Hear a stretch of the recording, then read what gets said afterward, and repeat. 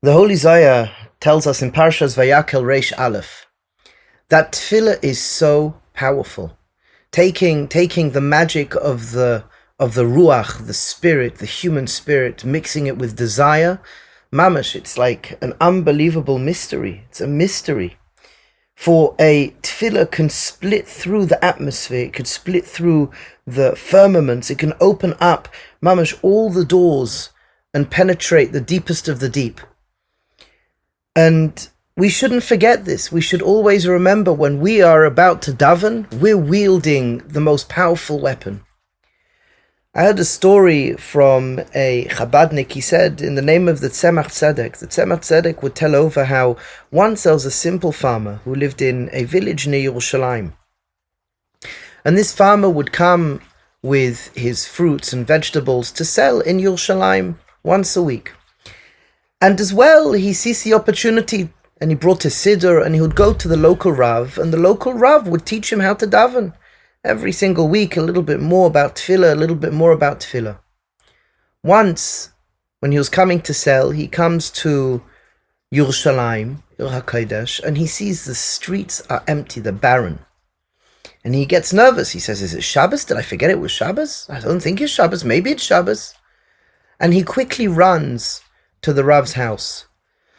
And he asks the Rav, he says, what's pshad, that there's nobody on the street?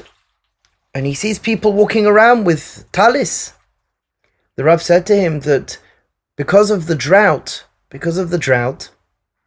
we've made a fast day and we were only told about it a couple of days ago, so I didn't see you and you didn't know about it. And the simple farmer looks at the Rav and he's a little bit perplexed and he says, for a drought, do you make a fast day? And the Rav looks at this man and he's thinking inside, okay, Nebuch, he doesn't understand. And he says, you have another idea? And this Pashto man says, yes, anytime I have a drought, I look up to Hashem and I daven to Hashem. I close my eyes and I say, the Beira Olam, look, I'm a Pashto Yid. I'm trying to make ends meet. Please let it rain. And it rains. So the Rav, taken aback by this Pashto man's words, he says, maybe you can do it now. And the farmer looks at the Rav and says, okay. And he stands outside, closes his eyes, and he starts to sway backwards and forwards. Takes a breath, and he says, Hashem, look, we're doing our best. Please let it rain.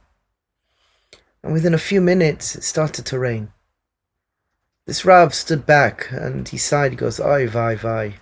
All this time, I think I'm teaching you. I think I'm educating you, but with your one action, with your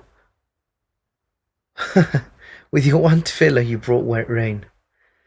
Be'ezras Hashem, we should remember always, all the days of our lives, every single time we daven. Remember, my friends, how powerful tefillah is.